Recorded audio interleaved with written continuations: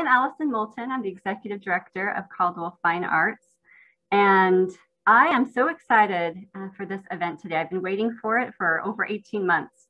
About 18 months ago, Mike Wiley, our actor and playwright with Breach of Peace, he presented at a conference that I was at, and I was so blown away by his message. I was so excited to bring him to Caldwell, and especially to present this particular play, which is Breach of Peace, because today is the 60th anniversary of the beginning of the Freedom Rides. And so that anniversary I thought needed commemorating. I also really was excited about it because it's also Caldwell Fine Arts' 60th anniversary this year. And so to me, it's kind of a little snapshot of what the world was like, what things were like as Freedom Rides were going on and as my organization began. So I just wanted to start by thanking the wonderful grant organizations who have made this possible. The Idaho Community Foundation, National Endowment for the Arts, Caldwell Public Library and Caldwell and the College of Idaho are partners in this. And our main funding comes from the Idaho Humanities Council and the Idaho Commission on the Arts. We're so grateful to them so that we can offer these important programs free of charge. I want to thank all of those great grant organizations. So the way this is going to work, I have kind of assembled some of my favorite scholars and historians on this topic. They are joined by actor Mike Wiley, the actor and the playwright for Breach of Peace, which hopefully everyone's had a chance to view. The way that we'll start, I'll just briefly introduce all of our panelists, and then we're going to turn the time over to Mike Wiley. Usually, if he were on the stage in Jewett Auditorium like we had planned, he'd host a talk back. And so this is going to be our virtual version of that talk back to Breach of Peace. So let me tell you a little bit about our panelists that we have today. First of all, we've got Phillip Thompson. Phillip, if you want to wave to everybody. He is a sixth generation Idahoan. He has the privilege of being the executive director of the Black History Museum in Boise. It's a beautiful church. If you've seen that there in the kind of the downtown historical complex. And his grandfather, you'll have to tell us what generation, your great something grandpa was a preacher there and built that church. He serves on so many boards that really benefit our community: the Future Public Schools, IBHM, Boise NICE, the Boise Police Chiefs Community Advisory Panel. And he's also really passionate about working with people with Parkinson's disease. So that is Phillip Thompson. We thank you so much for being here, Phillip. Next, we have Diane Raptosh. Diane is a fantastic poet.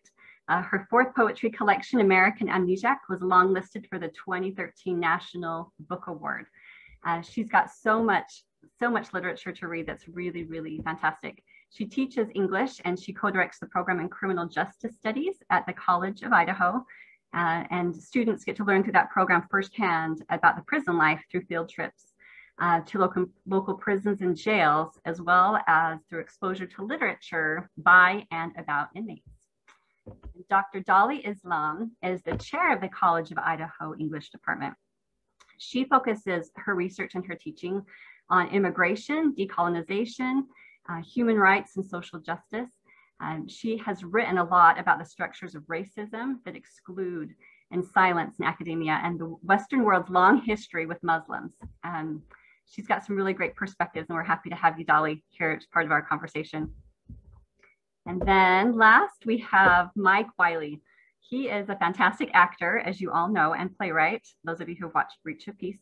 He also has a Master's of Fine Arts from the University of North Carolina at Chapel Hill. And still is really active in education. He's been all over the place, all over the world, doing these great school and community performances. He's also been on Discovery Channel, Learning Channel, National Geographic Channel, on PBS, and he's really devoted his life and his talents to educating us about the past. And so with that, again, I want to thank everybody. We've let a few more people in here on the waiting room. We'll keep doing that as we go. This is going to be a flexible conversation based on questioning, but first we'll start with Phillip, then Diane, then Dali, and then Mike, if you each can just kind of start by introducing yourself in relationship to the issues that we're talking about specifically the freedom rides, how those freedom rides have impacted your lived experience. If you want to kind of each take a moment to talk to us for a moment, and then Mike, if you'll go last, and we're just going to turn the rest of the time over to you and let you drive this boat. And I'm really excited to have this conversation with everyone today. Feel free to use the chat, all participants, as we go.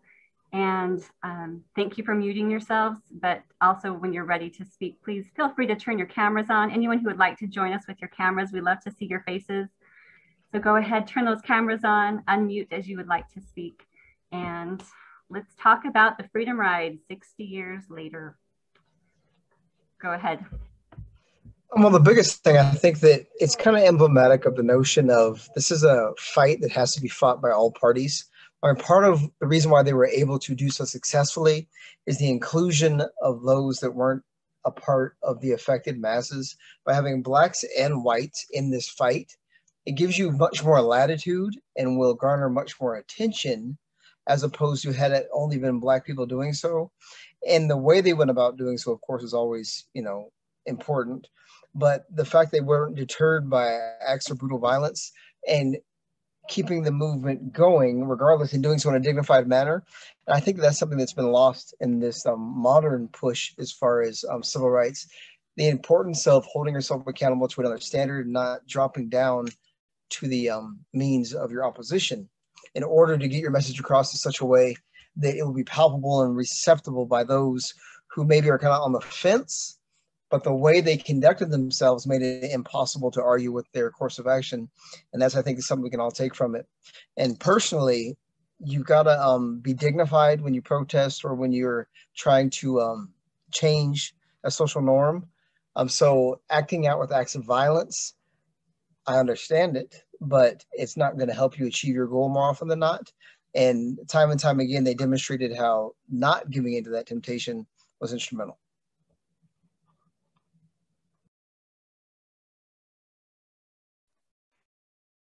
I guess I'm next. Is that correct?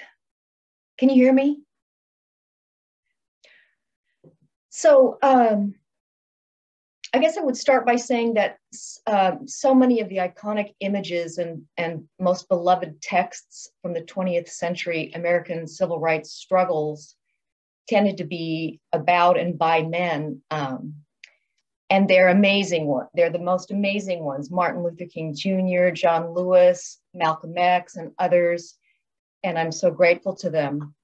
And it's also true that the story of institutional racism, segregation, and overt or perceived threats of violence and the efforts to combat them is in many ways the story of women too. And their efforts directly and indirectly paved the way for the modern feminist movement. So the contributions of women to the freedom rides were pretty tremendous. Not only were women taking part in the rides in large numbers, but the very notion of womanhood, how it could be abused, threatened, or otherwise diminished, was one of the major subtexts of institutional racism and the racialized violence that the writers were fighting against. So as a woman, as a concerned citizen, as a feminist, as a lifelong resistor of the typical scripts handed to and internalized by women, I'm indebted to the freedom rides for the many privileges and freedoms that I have, and those that I have really spent my whole life fighting for, which include a whole range of people.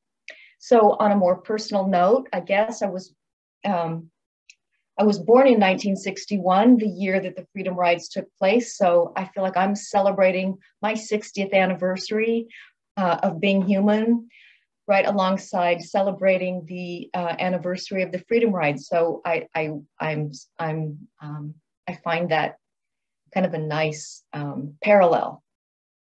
Finally, I'm the single mother of 2 grown daughters, and I've been bringing and sometimes dragging them to protests and political events since they were very small. So again, almost exactly 60 years ago when on Mother's Day, the group of freedom riders, young, mostly student activists, challenging the segregation laws, were beaten by a mob of white supremacists, reminds me of the importance of the work that I will continue to do until I take my last breath. Their work informs in some way or another, and their intersectional commitment to the freedoms of all people informs pretty much everything I teach at the college and much of what I write as a poet. So as I prepare to celebrate Mother's Day, I'm reminded that the freedom rides inform and exemplify most of the wisdom that I try to pass on to my daughters. Thank you.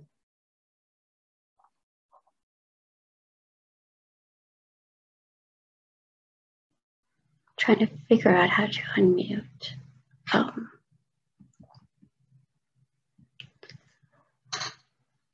I wanted to take a few minutes to think about the impact of the civil rights movement, and more specifically of the freedom rides on my lived experience. And so this is, again, thank you for inviting me to be on this panel. It was just really great to sort of step back from my intellectual teaching world and think about where all that came before me to make my presence here possible. So founded in 1942 by an interracial group of students, CORE, the Congress of Racial Equality Movement found inspiration in a Columbia University doctoral student's 1939 dissertation. The student was Krishna Lal Sridharani, and his thesis, War Without Violence, analyzed Gandhi's tactics of nonviolent resistance as part of India's insurgency against British rule. Krishna Lal was a poet and a journalist and an active participant in India's decolonial movement. His book was also studied by Dr. Martin Luther King Jr. during his 1955 Montgomery bus boycott. In my teaching and studies, and also in my own positioning as an immigrant, I look for these interweaving transnational threads of decolonization movements.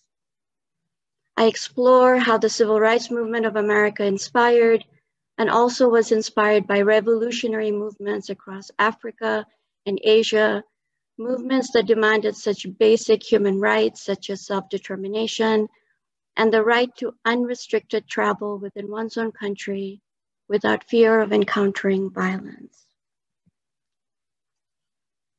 So as I teach some of this content, this long history of colonial violence, which is ongoing, I try to explain to students how they can become agents of change and of resistance against these forces that seem unmovable. And so when I talk to them, I try to explain to them that effective revolutionary movements build broad coalitions that stretch beyond the borders of one's town, state, or nation, or even cultural imagination. The freedom riders had to step away from established human rights statespeople and sort of imagine a world beyond those limitations defined by the politicians and defined by the FBI, defined by the people that they were going to encounter. So effective revolutions take a sit-in movement that was happening on college campuses out into the populace. And these movements are committed to this idea of the beloved community, of the redeemed nation, and that we have to be able to imagine the beloved community beyond the oppressions that we see around us that filter through into every part of our psyche to this day. So the Freedom Riders movement stands out to me for three primary reasons. First, its insurgency quality. It was not funded by any established racial equality movements in place in America at that time. Secondly, I'm moved by the interracial student-led core of this movement. The Student Nonviolent Coordinating Committee stepped in after the first wave of buses was attacked and the core activists were beaten. Diane Nash of SNCC was only 21 when she was leading sit-ins at Fisk University against segregation. So I am humbled by students that I teach, right? Who they remind me of Lucretia Collins or Jim Zweig or John Lewis. And I see in them the possibilities of all that is not possible when we start talking about the long history of violence, colonialism across the world. And finally, I, as an immigrant to this country, am a beneficiary of the civil rights movement, including throughout the 20th century, various series of legal challenges to the race-based exclusions that seep through this nation's foundations.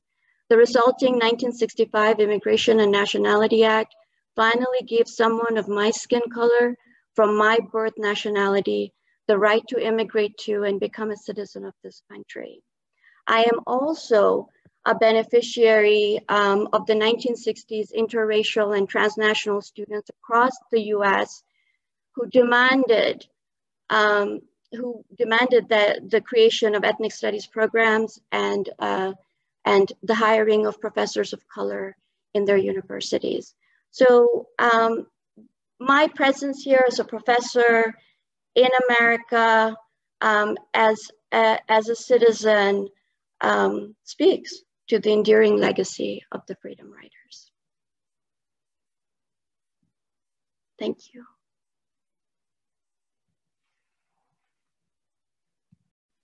I will say thank you, and thank you all for sharing your presence with us this evening, sharing your presence with me, sharing your memories, sharing your thoughts with all of us. And I can't help but think back to the impetus for writing this play as you speak about your students and how you're inspired by your students, and you see Lucretia Collins in them, and you see Jim's word in them, and this play has been a journey for me, and it's been a while since I have been a student, but this play came out of the need for students to learn and understand the history and the ramifications of the Freedom Riders and the Freedom Rides. So let me step back and tell you how.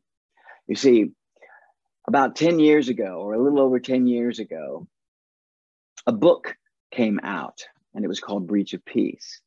And it was small smatters of interviews with living Freedom Riders. And I was sitting on the front porch of a very good friend of mine. He's a white fella.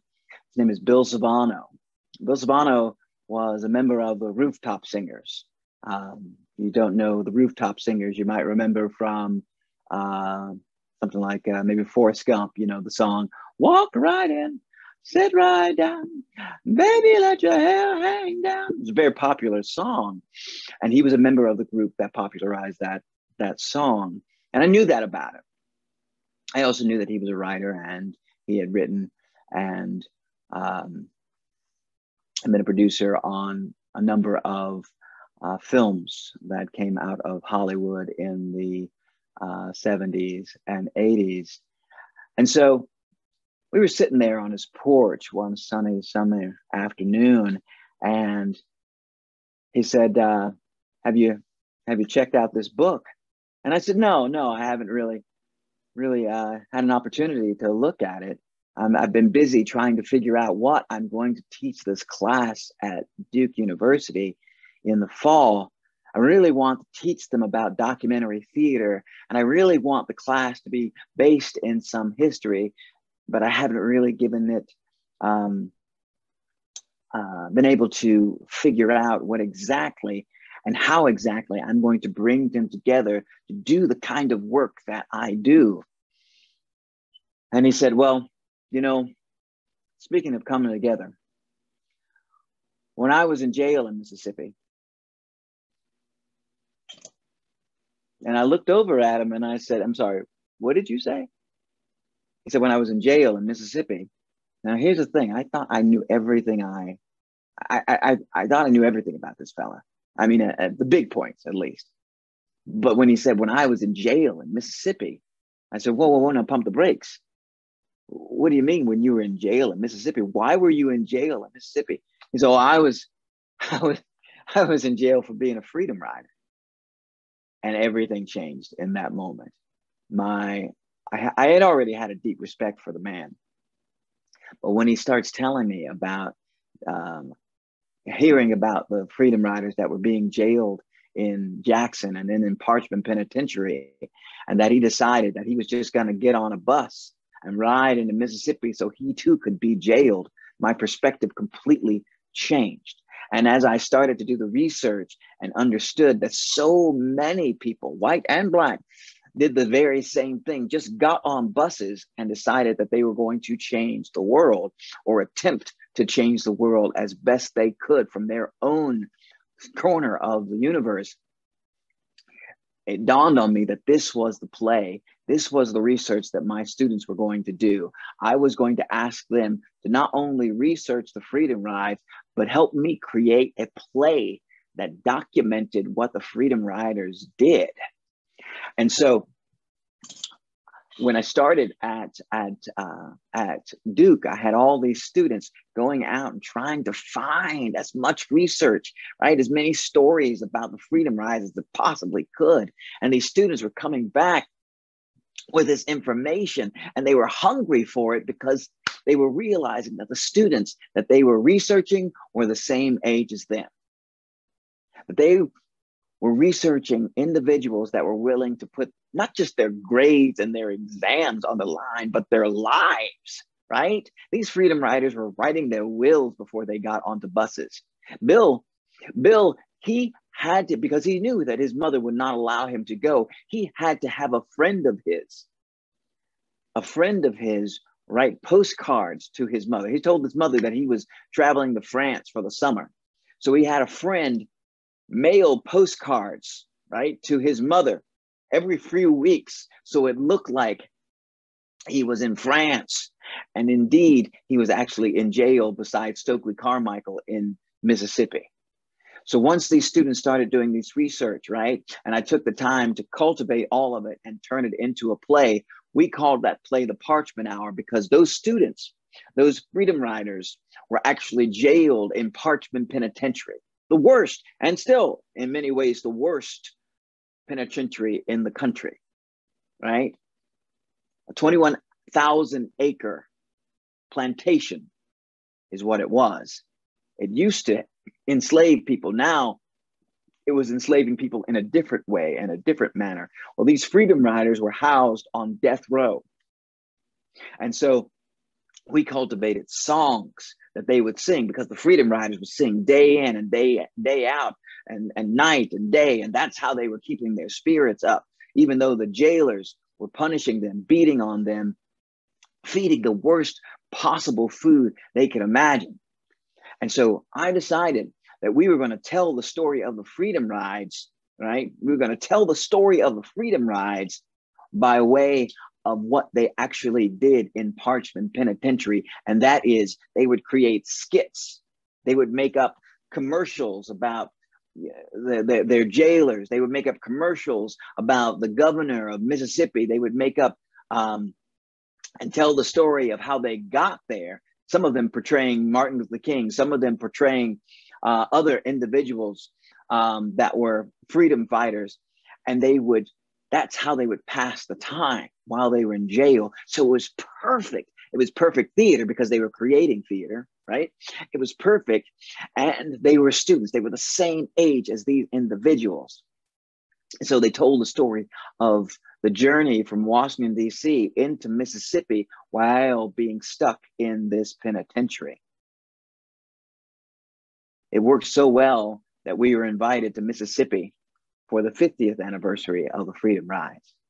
These students toured around Mississippi with this play and presented their story to these Mississippians, presented the story of the Freedom Riders to the actual Freedom Riders. And so the story itself, right? The story itself became almost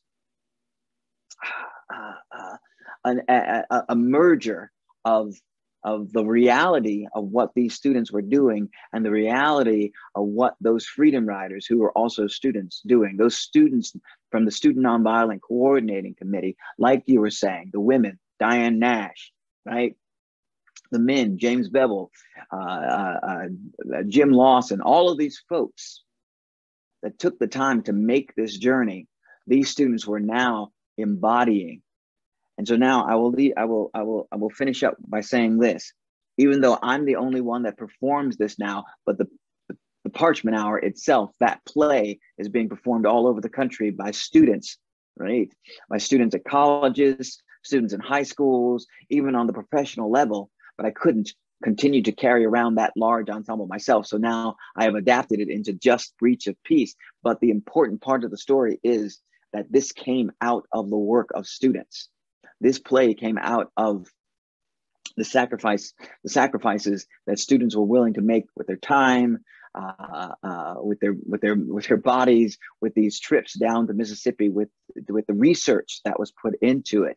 So it goes back to say that that this play in and of itself is full circle, in a sense, and the work is still being done.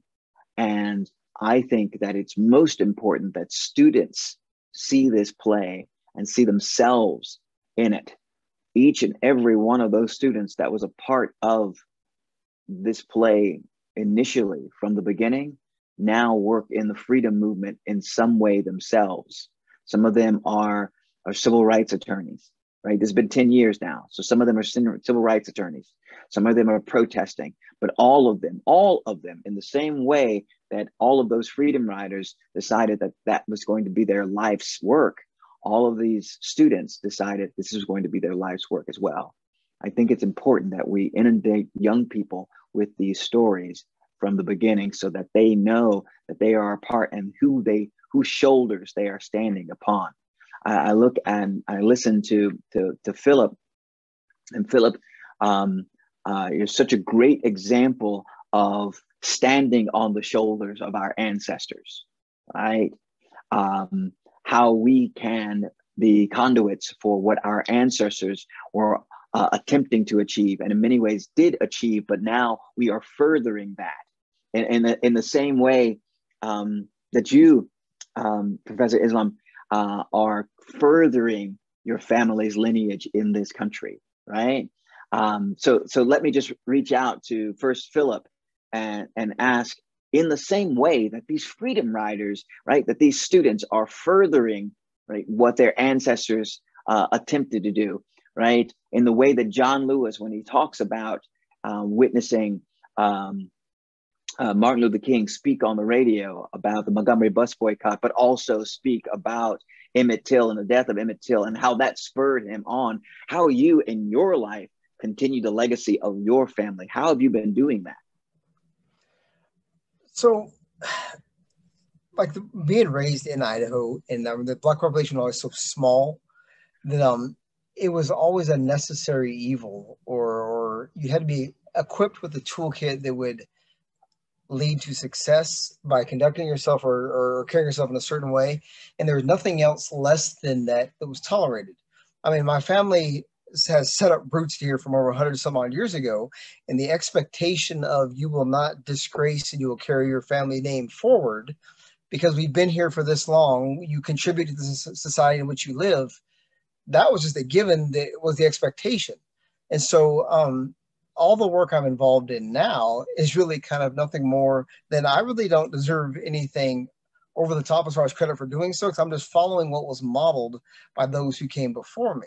I mean, everyone of my family who came to Idaho from great-great-great-grandfather ago came here with an expectation and taught that do as I do and push the community forward. You're in this fight for the vast majority of us. It's bigger than just you. And so that has been the swagger that we've had to walk with since day one. And I mean, I have a child now. I have a 10-year-old child who I'm now, putting upon her that, hey, love, it's bigger than just being 10. This is what's expected of you as a family. This is what's expected of you as a young Black child, as a Muslim young Black child. And this is how we do things. This is the expectation. And you're responsible for not just your actions, but how you uphold your community, not just your community as far as our small section of the community, but the greater community.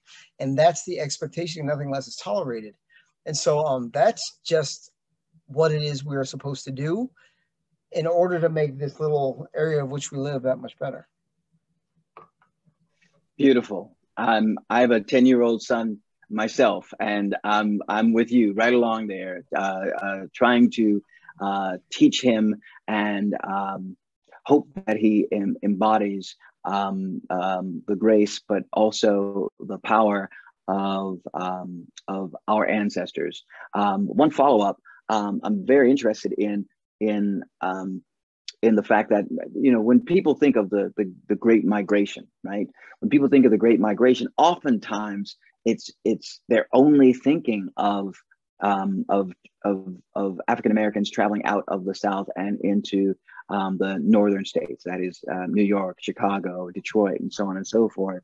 I'm interested in your family's lineage traveling from, I assume, the South out west, which again is not something that we are taught often enough in the school systems. So one half was from Arkansas, and they came to Idaho because it was a land of opportunity via Minidoka, Idaho, because of the railroads. The other half was from Missouri, and then they went to Oklahoma Territory in Missouri, and they came here because they were afforded the ability to homestead. Half my family was farmers, and they went out to Canyon County, which is right by actually College of Idaho, and they had land because blacks could homestead as well, although very few took advantage.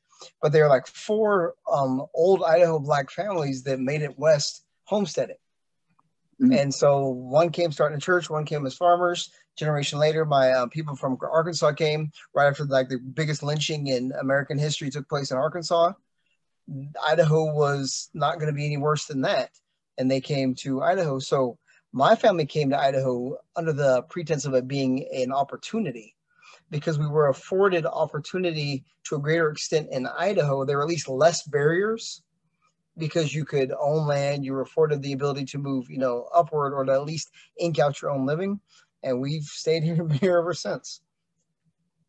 That's amazing to me, because in this part of the country, and I cannot speak to the part of the country that you are in, but I know that in this part of the country, we have enough trouble hoping and pushing the education system to teach the true North Carolina, the true regional, the true Southern history. I can't imagine, because we are definitely not taught the history of Idaho, of certainly not Arkansas. I hope that through your museum and through what you're able to convey through your museum, that at least the students of Boise are getting an education from that. I can't speak to what the teachers are teaching in the classrooms, but at least they have that facility there to be able to go to. Professor Islam, my question or comment to you comes out of what you were saying in your opening comments, and that goes to how the civil rights movement, right, or at least the nonviolent direct action aspects of the freedom rides and the Montgomery bus boycott and the sit-in movement and so on and so forth came out of this blend of the nonviolent direct action that was happening or that happened through Gandhi in India, but also this New England aspect of Protestant faith-based blended with the gospel of African Americans of the South to create what that movement became, right? To create what the that nonviolent direct action movement was. When you think of that, when you think of the fact that your history and your lineage played such an indelible part in the freedom rides, in the sit-in movements, in the way that freedom in many ways was established in this country in the 60s, in the 50s. How do you see it as we are standing on the shoulders of your ancestors? Well, I think in terms of waves of shoulders. So when I think about some of the earliest Africans on American land, and I think about how they were forced to break their fast because many of them were Muslims from West Africa, and how the practice of Islam was banned in America because there were Muslim slaves that were they were able to write, so they were using their Arabic to sort of pass notes among various communities. And there were all these anti-Muslim legislations specifically designed to stamp out Muslim values, Muslim community, and there were forced conversions. So within America, I feel just from one shoulder, say the shoulder of the Muslims that I stand on, I think about the violence that they had to experience, specifically because they were Muslim. And then I sort of expand that out to where I'm from, which is Bangladesh, which is predominantly Muslim, and how it became predominantly Muslim, and how that was also the result of the British colonial rule that split West Bengal and Bangladesh and made one more Hindu heavy and the other more Muslim heavy. So I feel that, and then on top of that, in the late 1800s, many Muslim Bangladeshis, they were not Bangladeshis then, this wasn't Bangladesh then, but it was for Bengalis. But these were from the villages of Bangladesh, like Jeshore and Sylhet. And the British had taxed them, had taken their land away. And so they were dying of poverty. And so they started getting on ships and sneaking into America. And what they found when they snuck into America, Vivek Ball's book from Harvard University Press used archival records to document their travels. And so when they arrived, they were given refuge by African Americans in New Orleans, in New York, in Michigan, and there are, when I look at their writings and they talk about the Islam that is being practiced is so unusual and it's unrecognizable. And then I realized that I'm standing on another wave of, right, because that was so effectively stamped out that the vestiges had echoes, but then they didn't. And that's what Malcolm X talks about when he travels to Gaza, when he travels to Saudi Arabia and Egypt, and he says, what did they take from us? What did they wipe out of us? But still there's a version that stays behind, a kernel stays behind. So I don't know answering your question, but I want to simply say that this is how I approach the way I teach, and I position myself is sort of this multifaceted identity that is absolutely transnational, because we had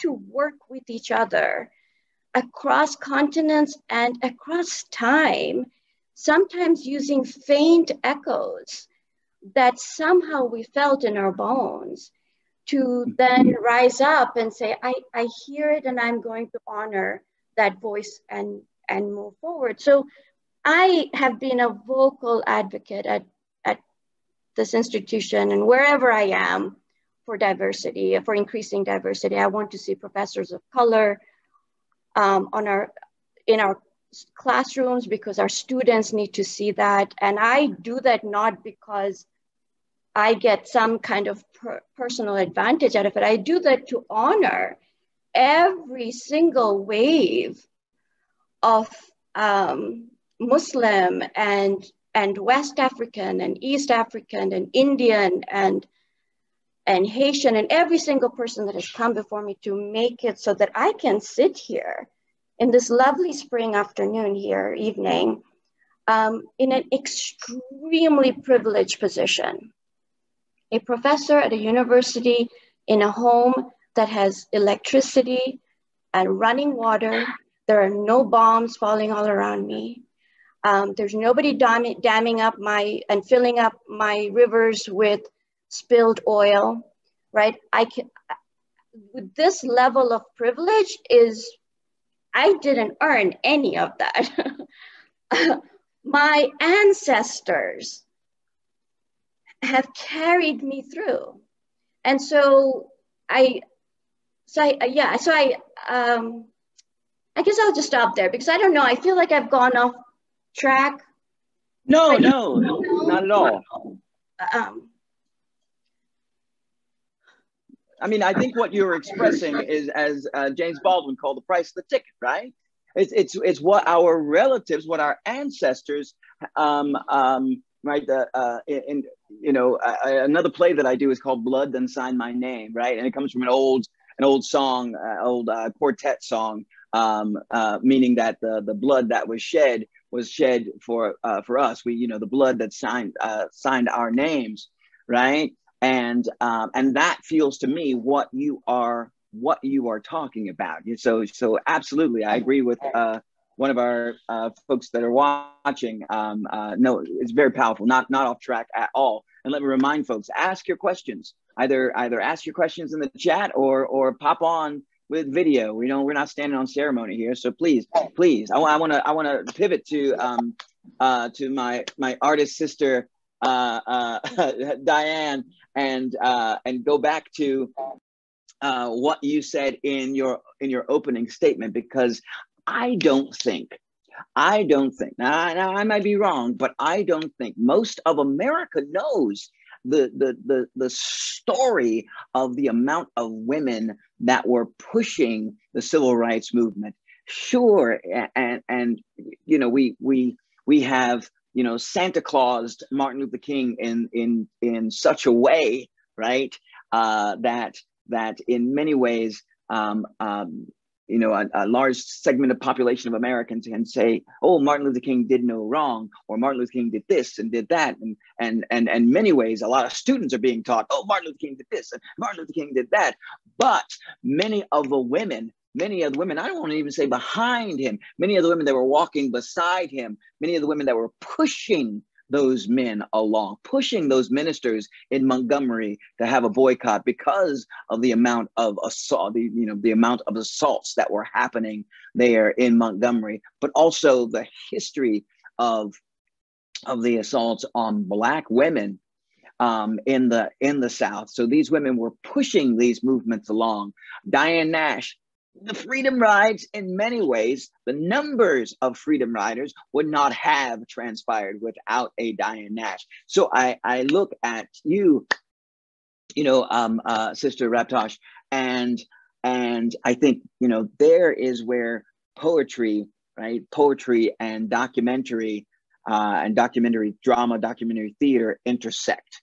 right? There is where the opportunity to have and to tell these stories in a profound poetic way intersect. And so in the way that I have asked Phillip, in the way that I have asked Professor Islam, how their work and how their lives have pushed forward the story of them, how has your poetry been affected by the women that you spoke about with, earlier, and the women that we are, that you surround yourself with now? That's a wonderful question. I will say that in my poetry, I feel myself to be a poet of America, not to sound fatuous or anything, but I'm interested in the idea of America as a writer, the experiment of America, the possibilities of America, the problems of America. I love the sound of the word America. In the middle of the word America is Eric, my brother, who's a paraplegic. But what I try to do with my poetry, well, my book American Amnesiac, in that I did not foreground women, but I did foreground. It's a book-length dramatic monologue in the voice of an aging white man whom I started writing about. Right about when Obama was elected president, and the whole country was exulting over the election, this historic election, and of course I was too. But inside myself, I could feel the undercurrents, and I sensed that some danger was afoot because we have not, as a country, reckoned with our racial history. So I thought to myself, a Black man in the White House, we are in for some very, very serious problems here because we have not reckoned with our racial history. So I decided, what can I do? The only thing I feel that I can do besides teach students, which I love, is write poetry. And so I decided what I could do through poetry was try to tinker with the psyche of a powerful, aging white man who was distinctly threatened by the demographic shifts, and who would be very likely to be threatened by the leadership of a Black man in the White House. So in the course of American Amnesiac, I did some surgery on the psyche of these aging white men whose anger and fury has been in full flare now for some time. So I tried to reconstruct this sort of archetypal figure such that he became more compassionate and more welcoming, less fear-based, more loving. And in so doing, I also tried to reconstruct the nation state of America such that it could be a more welcoming, open, truly multiracial democracy. I prefer to write poetry over writing anything else because it affects us, as with plays, it affects us in a very physical way. It gets into our bodies, it moves us through the heart. Whereas so many of our pursuits in higher education move us, we privilege this part of our being, and we need to get our bodies involved. We need to get our hearts involved. We need to feel these matters coursing through our blood. And I think that students respond to those visceral invitations to opening out, to expressing and becoming involved in a freedom movement, or whatever we want to call it. I know so many of our students are interested in being agents for good, changing the world. And my students in the prison experience course that I'm teaching right now watched the play. They loved the play. Many of them are in attendance, and art has a way of reaching us in ways that sometimes argumentation does not.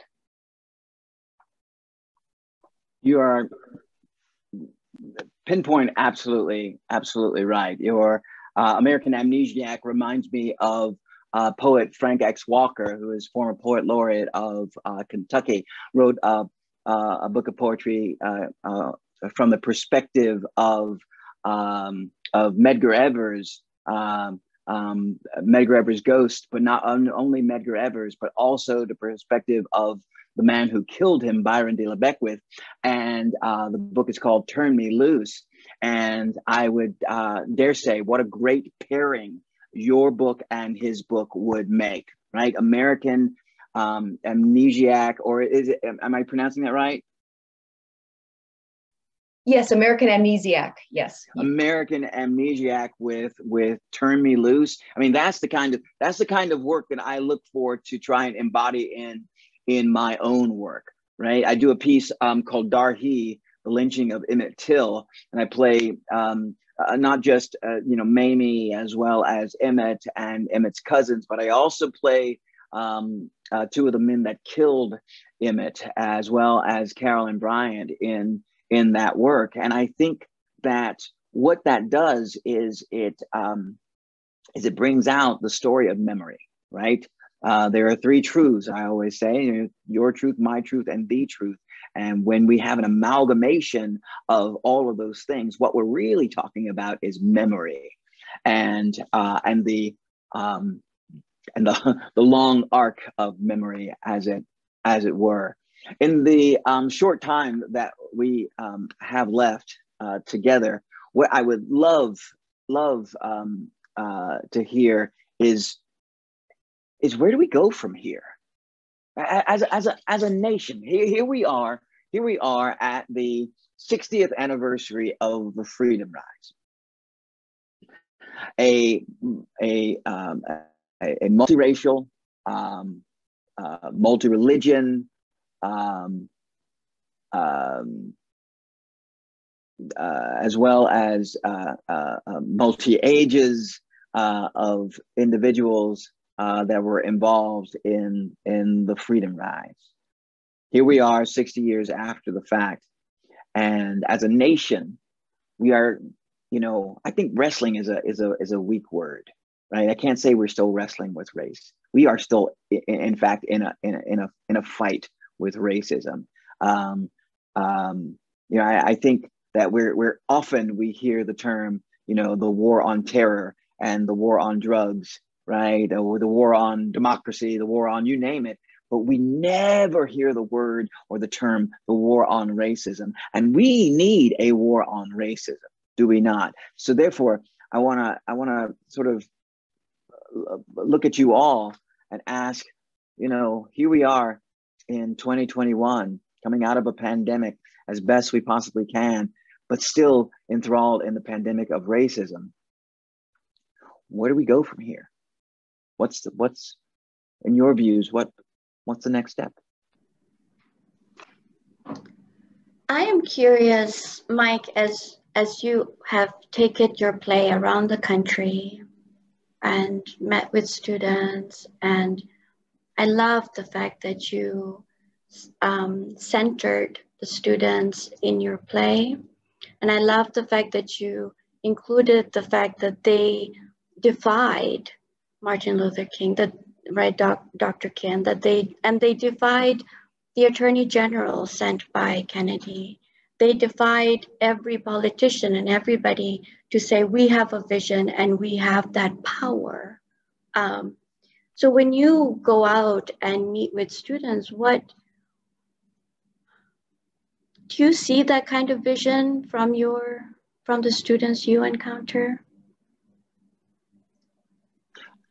I do, especially in my older students. The younger students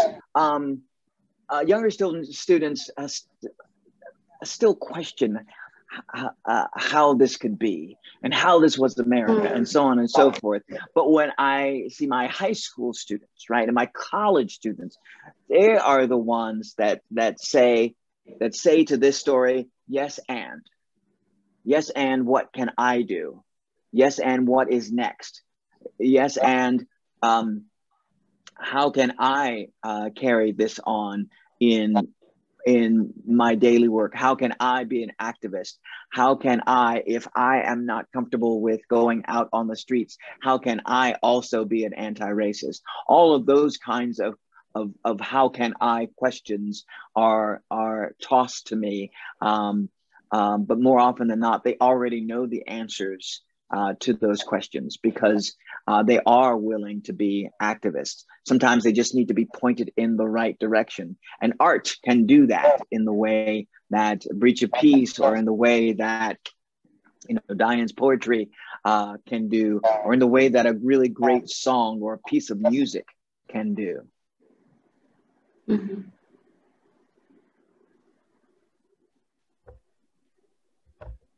So where do we go from here? Allison. One answer to that. I like the answer, where do I go from here? I like that question, where do I go from here? And what I want to do more of is, we've been so isolated.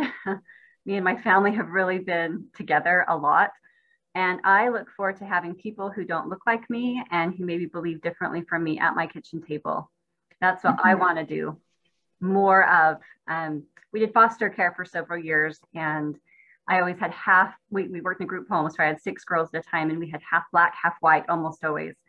And we got to all just bring all of our baggage to that kitchen table and try to hash out some of these issues and these long histories in our families. And so for me, I might not be able to influence the courts or the legislature or things like that, but I can decide who sits at my table. And I want to make I have a really big table. So literally I have a big table. And so I want to fill it with people who are different and not just same. So that's where I want to go from here.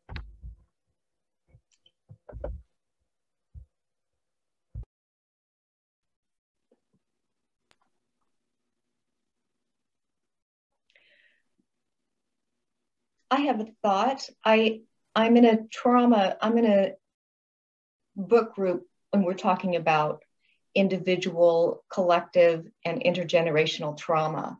And I guess as a follow-up to what I was suggesting about the United States, there's a lot of trauma on this land that we need to be wrestling with. Sorry, I can't think of a better metaphor than wrestling. Be reckoning with.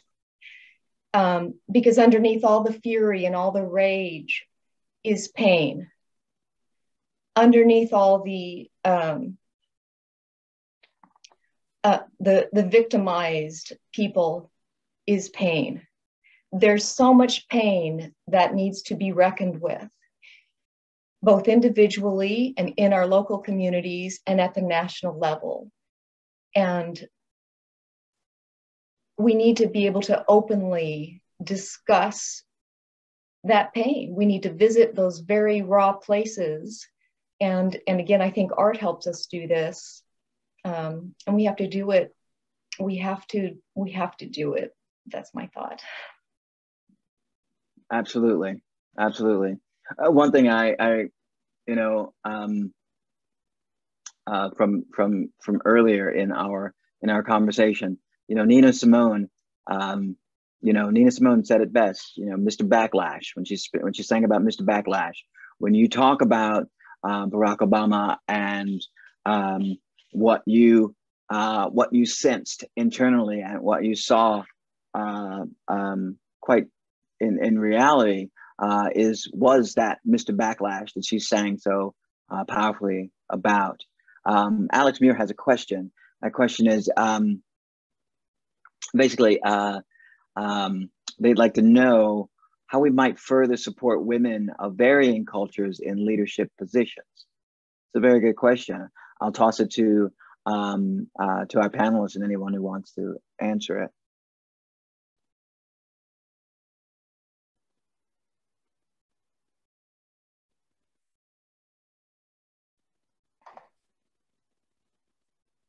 Dali, are you about to talk?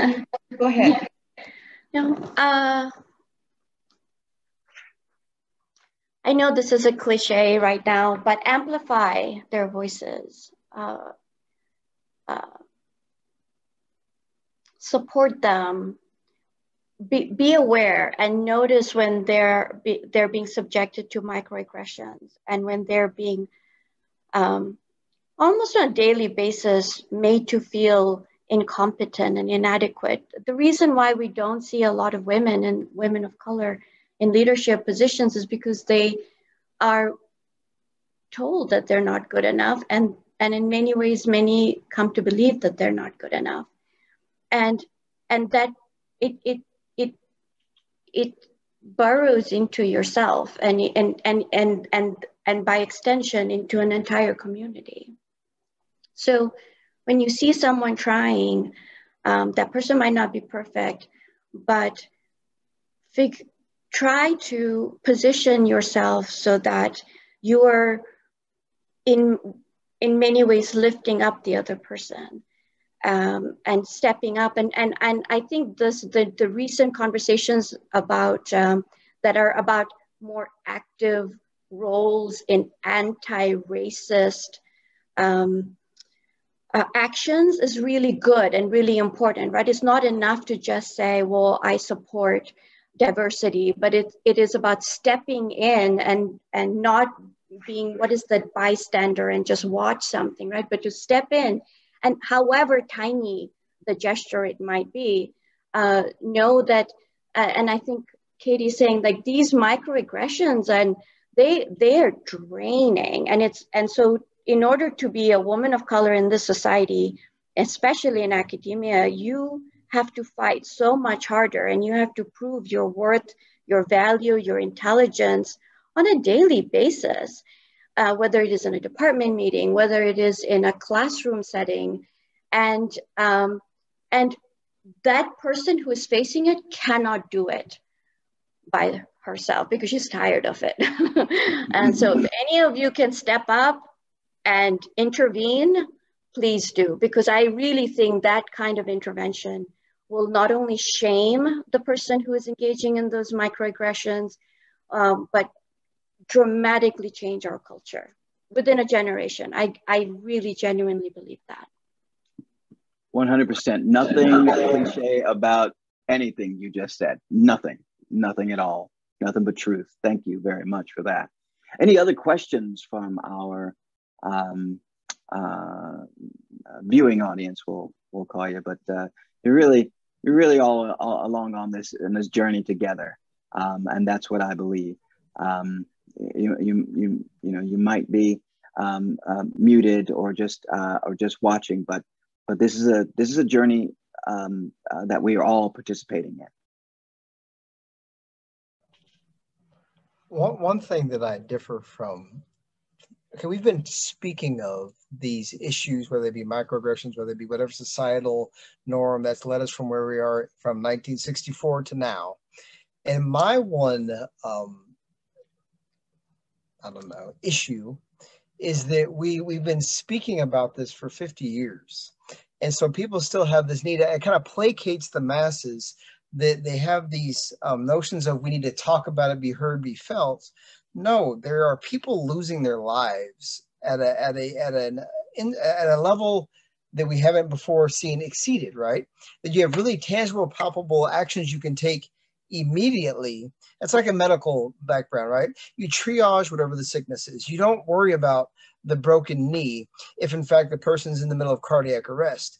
We're talking these things to ad nauseum about talking about how we feel, what's going on. I'm not negating the importance of talking, but what we really need is like tangible, palpable action to rectify a specific issue. Microaggressions are a terrible thing. I'm not trying to diminish them, but lynchings, murders, shootings of police, people who are unable to survive, thrive, live, etc.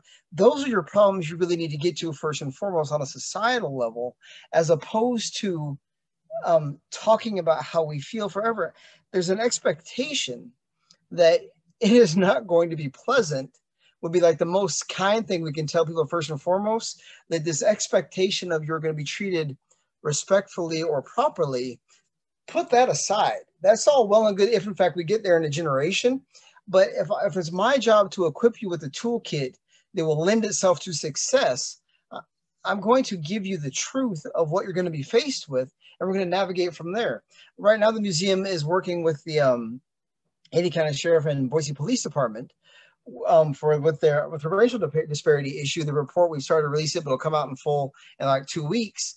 And there is a tangible, palpable problem that we've been working on with them for a couple of years. And we've even bumped heads about, okay, we're not going to discuss this ad nauseum to rectify this. We're going to get to the data and see how specifically do we rectify this problem and what issues or initiatives are we going to implement now to do so, not talk about how we feel, what we face on the daily. You have to save the life of the body first and foremost before we just talk about, how you feel. Save the life first. And there are a myriad of issues facing a wide range of people, from Black to refugee to even just the poor in general, regardless of ethnic or racial background, that there are germane issues that pertain to that doesn't involve talking ad nauseum about how we feel or what's being done to us. We can rectify these problems by taking a single pointed approach and not even worrying about, do they know how I feel or do they respect me or like me? I don't really care. The issue is rectifying the problem. And we can do so not being concerned with whether or not they like or they're hearing my pain as attacking the problem. I do not disagree with that. I think that that much like a semi-famous North Carolinian who was an escaped slave turned state legislator, one of our first Black state legislators, said sometimes talking about a problem does little more than dry out the throat, right? And so I think that, but I also believe that both can be done at the same time. We can walk and talk and we can chew gum at the same time. So I think valid dialogue and deep actual work can be done at the same time. Go on. We can talk about, because there are two types of violence you're talking about, right? And I would say both are pernicious and both are destructive. So the question was, how can we help women in leadership positions? So they are certainly in a very different space than, say, refugees who are showing up or someone who is being, who is in imminent danger, right? But we also, so when we talk about these aggressions, we have to sort of think in terms of some that are designed to make us feel as though we cannot enter these structural spaces that have excluded us for a very long time, right? After 40, 50 years of conversations or movements, predominantly people who have tenure in universities are white. And so we have to talk about that. Like how are we getting so many talented people of color? What is excluding them? And sometimes as I work with women of color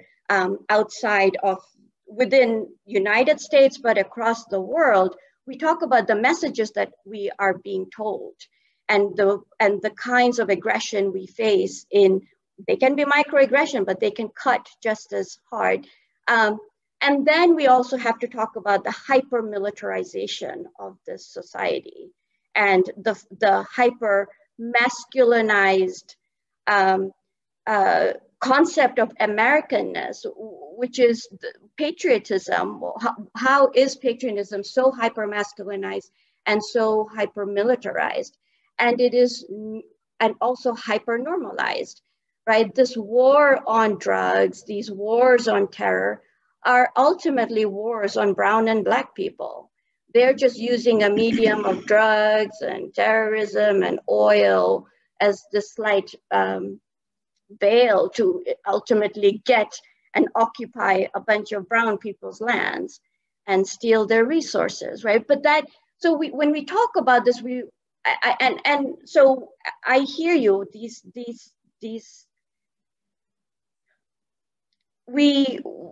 We have to be right. Yeah, we have to be able to talk about the entire system, which is this multi-pronged effect. And that is colonialism 101. It was never just overt violence and breaking down the body, as Frantz Fanon talks about it in The Wretched of the Earth. And he was a Black man who worked in Algeria, trained in France, worked in Algeria. And he said, you know, and he went to Algeria and he saw the impact of French colonialism there. And he said, you know, they're breaking their bones, but at the same time, they're carving out their brains. They're making them believe that they're inferior and subhuman and not deserving of, and that they're not deserving of freedom. Like French don't want to leave because they're children here. So I think we have to approach it from a multi-pronged effect. And I won by getting women and men of color in positions of power, real power, figuring out what are the systems excluding them, dismantle those systems without apology. What I appreciated about the freedom rides is, as I mentioned, that they were an insurgent movement because the established movement had become stagnant, right? In some ways, and I'm not disrespecting any of the great leaders, that these young students were essentially snubbing, but they were insurgents. And so there has to be a lack of, so there has to be also this vision of how do we create broad coalitions across multiple communities with one goal, right? Demilitarized, shame this hyper-masculinized, violent society, shame microaggression as well, and shame it all and say, okay, now we have a society where we can talk in terms of, I value you as a human being, and how can I help you become a better human being? And that's it, and just approach from there. Beautifully said. I think that that we should perhaps go ahead and end it on that note. How do we help people become better human beings? Sometimes that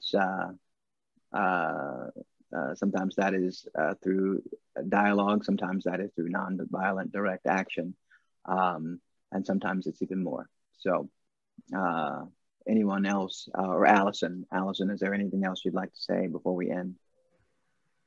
I just want to thank all of you guys for being here. I purposely assembled a diverse group of people, and I appreciate your different perspectives that we've had on this. I think any kind of solution is going to take work from all different angles, and you are all doing that beautifully, whether it's, you know, anyway, we've all heard it, but all those ways that you guys are doing it, thank you so much for doing it. Take this multifaceted approach to a lot of problems that we're facing. I love from your play, you talk about James Farmer calling the Freedom Rides an ordeal of conscience. And I don't know exactly how you're all teachers in some way. I don't know how you teach people to have an ordeal of conscience, how we implant that, where we go from here and having our own ordeal of conscience to get out of our comfort zone and make a difference in whatever injustices we see.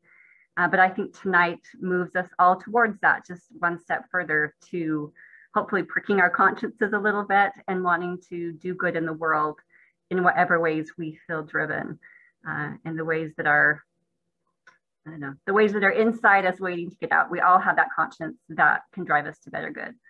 And so I see that in all of you. I feel it from those wonderful stories, Mike, that you told of the Freedom Rides. I appreciate you letting us get that intimate look into their lives, into their conscience and their willingness to risk truly everything to make things a better place. And I hope I can have a little bit of that drive in my own life, just to risk a little bit and make things better. Does anyone else want to have a final word from our panelists? Thank you, Allison. Oh, Thank Yes, so very thank much. you so much Thank for you. all your hard work putting this together. Yeah. What a wonderful event and what an honor to be a part of it. Thank you. I didn't necessarily mean, does anyone have something nice about the program? But if anyone else wants to have a last word to share with anybody that's watching, I hope that you'll find all these guys can be found online. You can look at the Idaho Black History Museum. They've got a great Facebook feed that talks about a lot of events you can get involved with. So that's a really good place to start. Mike Wiley Productions as well. His website has more information about his plays. If you look on the Facebook event, there's also, we made a dinner discussion guide. If you'd like to take this home and talk about the play with your family. If you haven't yet seen Breach of Peace, please check out caldwellfinearts.org and go to that link with the password and watch that play and share it. We have it until the 8th of May, so please share this. Today's the anniversary, but the issues aren't going away today. So please share the play with everybody that you know. And we look forward someday to having Mike Wiley here in Caldwell, Idaho. But until then, I just really want to thank all of you for being involved. And Mike, thank you for your work that's inspired this discussion tonight. You're very welcome. Thank you very much for having me. And again, huge thanks to the panelists for sharing your wisdom and your history with us here tonight. Absolutely. Can everyone join me in giving them some virtual or real applause? There's a reactions button down there, or you can unmute yourself if you want to for a moment and let us all join and thank our panelists for their time. And